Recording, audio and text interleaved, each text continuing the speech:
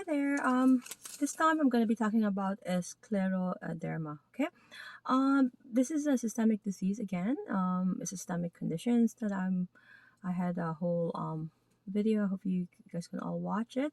But this is more so affecting the collagen, and it's characterized by slowly spreading fibrosis and collagen deposits throughout the body. Okay. It is an autoimmune disorder, like I said. And there's really no known cause for it, so its meaning is idiopathic. So, however, occupational exposure to vinyl, chloride, silica, and organic solvents may be connected to scleroderma-like diseases. So, scleroderma is a rare disease, usually affecting adults between ages 30 and 50, with women affected more commonly than men in a ratio up to 5 to 1. So another factor also is somebody who has a Raynaud's phenomenon, right? I made a video about the Raynaud's phenomenon. If you could watch it, so what's happening is it's more so of it's a swelling or puffiness of the digits and arthritis of the digits. Okay. And then the skin thickens, it becomes rough and indurates, and there's two kinds of scleroderma, which is a local, and then a general. General is most likely affecting some organs. It's becoming all the whole system or the whole body, right? And that's something that we don't want. Whereas the local, affecting the muscles, the tendons, or the ligaments, the joints itself, or the fascia.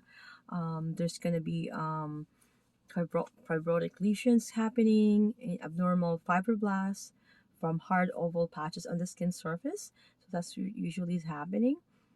It extends from the skin deep to the muscles and bones of the limbs. So usually the limbs and the forehead.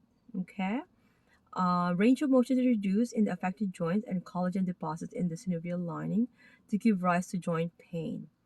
On the face, the lips pucker. Does that. Oh, there's difficulty in opening the mouth. Their mouth-headed appearance, like that. Okay, I hope I give that justified. Um, so the diffuse generalized scleroderma is more sudden, with the skin affected first, later stiffness, flexion contractures, tendon involvement. It's like a leathery sensation with the range of motion. Carpal tunnel syndrome, arthritis of large and small joints are present, and muscle weakness occurs due to the restricted range of motion. So, more serious symptoms result from visceral involvement. So, collagen buildup can narrow the esophagus and the small intestine, causing a reflex, diarrhea, or constipation, right?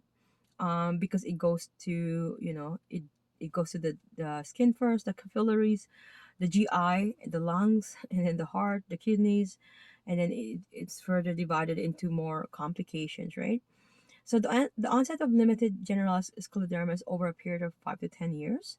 So the skin, like I said, is affected first, followed later by contractures of the digits, and that's called sclerodactyly, dactyly, and dilated superficial skin capillaries, which is called telangiectasia. Okay.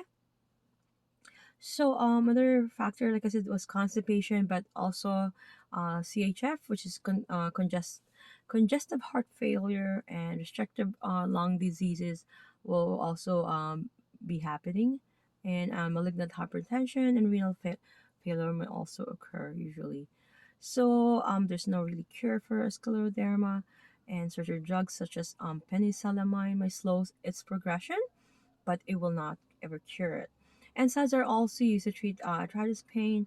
Raynaud's phenomenon is treated by keeping the extremities warm, so other symptoms are controlled as they arise. Okay, so scleroderma varies considerably in its course and outcome from person to person. Although the survival rate 10 years after diagnosis is 65%, and disability and death are mostly common early on with the development of diffuse scleroderma, especially for those with pulmonary, cardiac, or renal complications.